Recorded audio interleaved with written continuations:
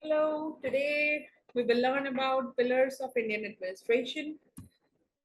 What does the pillars of Indian administration talks about?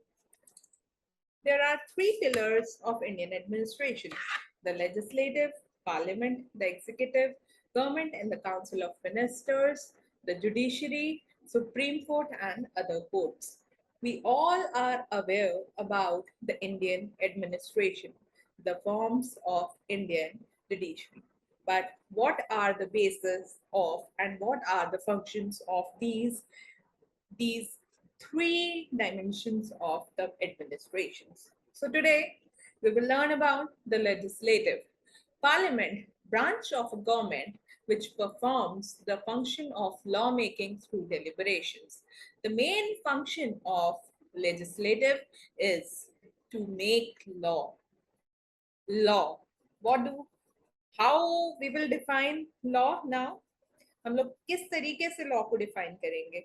Law of India refers to system of law across the Indian nation. India maintains hybrid legal system with mixture of civil, common, customary, Islamic ethics, religious law with the legal framework inherited from colonial era and various legislation first introduced by the British government. So, Parliament. What does the Parliament consist of? Parliament consists of President, Council of States, House of the People. So, Council of States, we refer to Rajya Sabha, House of the People, we refer to Lok Sabha. Pardon me. What are the functions of legislature? So the functions of legislature, the main function, the primary function of legislature is to make law. Actually, I'll tell you from the beginning, there were 22 states and 9 union territories in India till 1985, out of which 7 states had 2 houses. Okay, so here I'm referring about 1985. I'm not talking about 2022, I'm talking about 1985. In 1985, there were 22 states and 9 union territories, out of which 7 states, please note, 7 states had 2 houses and the rest of 15 states had only 1 house. That was called Legislative Assembly. So we were discussing about the legislative assembly. There are 6 out of 28 states who have state legislative council, and these are Andhra Pradesh, Karnataka, Telangana, Maharashtra, Bihar, and Uttar Pradesh. And the head of the legislative assembly is a speaker who is the presiding officer, who is also known as the presiding officer. Now we will talk about the functions of legislature. Lawmaking. Primary function is lawmaking. In modern times, the most important function of the legislature is lawmaking. How? Ordinary bills can be introduced by the parliament. So I'll elaborate it. Ordinary bills can be introduced by the members of parliament and by the ministers while money bills can be introduced only by the ministers in the lower house. Members of the legislature can by majority vote accept or reject the bill. The members of the legislature or the parliament enjoy full freedom of speech and also criticism of policies of the government. And once the bill is passed by the members of the houses, it goes to the president for the signing of the same. So I hope you all are understanding what I wanted to explain you. Second, control over budget. The legislature has control over the budget of the executive government. Without its approval, Executive cannot spend even a single paisa in India. Members of the parliament can impose a cut on any demand on the budget, but they cannot increase it. Like if there is the budget is approved of say 1000 rupees, they can say that the budget is they are getting a budget of rupees presented with the budget of rupees 1000. They can say that they will not allow 1000, they can deduct and they can approve 800, but on the other hand they cannot increase the value.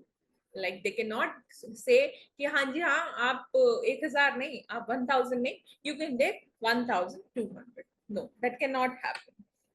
They have a control over budget. If a budget is recommended for rupees 1000, they can deduct it, but they cannot increase it. Secondly, control over executive.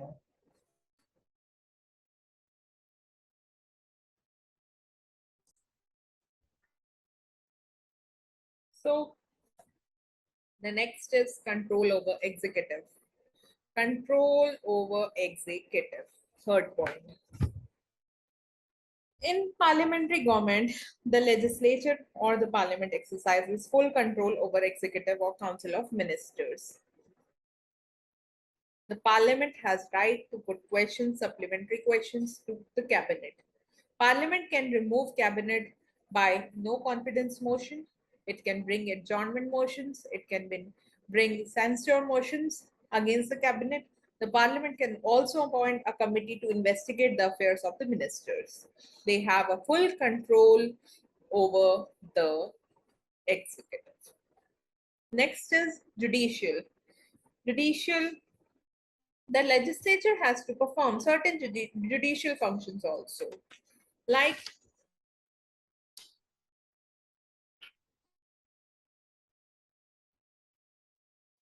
the appointment of president, like the impeachment, like the removal of president. These all are controlled by the parliament, by the legislature. Electoral. Next point is electoral.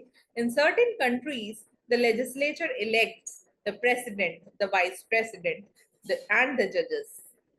In India, the parliament takes part in the election of president and the vice president. So I hope you all are understanding and enjoying about the functions of legislature. I'll repeat this point, electoral. In India, parliament takes part in the election of president and vice president. These both judicial and electoral are almost similar points, and we can also merge these both points in the functions of the legislature. So the amendment of constitution.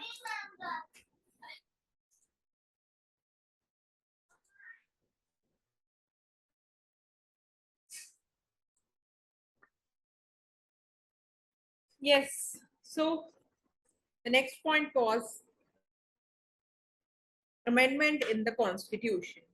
Amendment in the constitution can only be done while or after the approval from the both houses. In every democracy, the power to amend the constitution rests with the legislature of that country.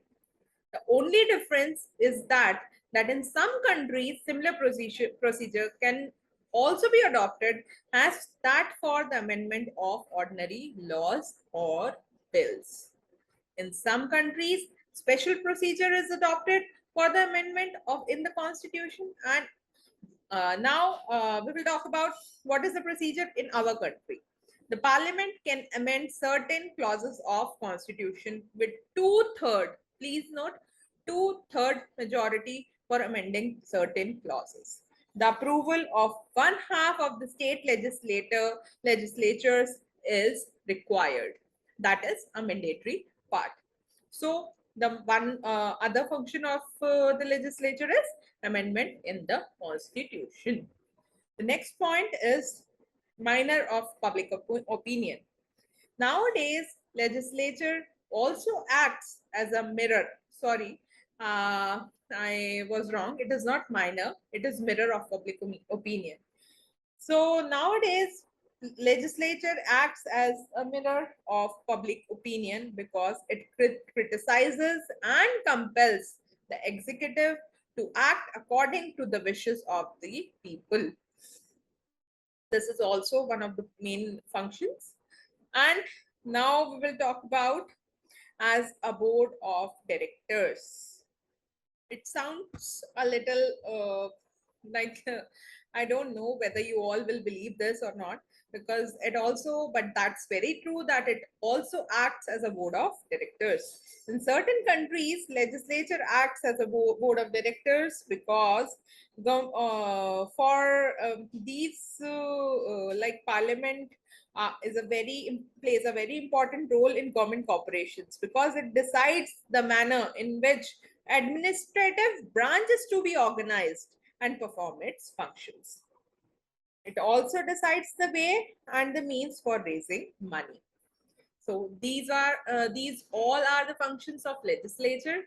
I hope you all are now very well versed about the functions of legislature, and I hope that you all are enjoying this topic. This topic is a very important topic in law because all the law or the constitution, the subject constitution of India starts with the pillars of administration. So friends, this was all about the functions of legislature. We will move to the executive part, but in our next session. This is all for today. Thank you. Thanks a lot. So friends, I'll come up with the functions of executive in my next session. And the next session will be next week. The executive, the role, functions of executive will be defined in our next session. So I have a small appeal from all the law students or the law professionals who want a refresher course, or I would say learning on the topics on the subjects of law. Please subscribe my channel. Please subscribe, not for me, it is only for you, so that you'll get the updates. I'll update my videos, I'll update the knowledge, I'll share the knowledge. You'll be my knowledge partner. I'll share my knowledge, and I would request you all also, if you wanted to share something, you can write me on Indian Law and Code @gmail.com. I'll share my all the presentations. Whosoever wants, I'll share my views. I'll share my articles. I'll share my lectures with you all every week on Saturday and every week on Sunday. I'll give you a brief intro about the topic on which I'm going to speak. So that was all for today. Thank you. Thank you. I'll come again next week. Till then, have a good day. Have a good life. Bye. Bless you all. Thank you.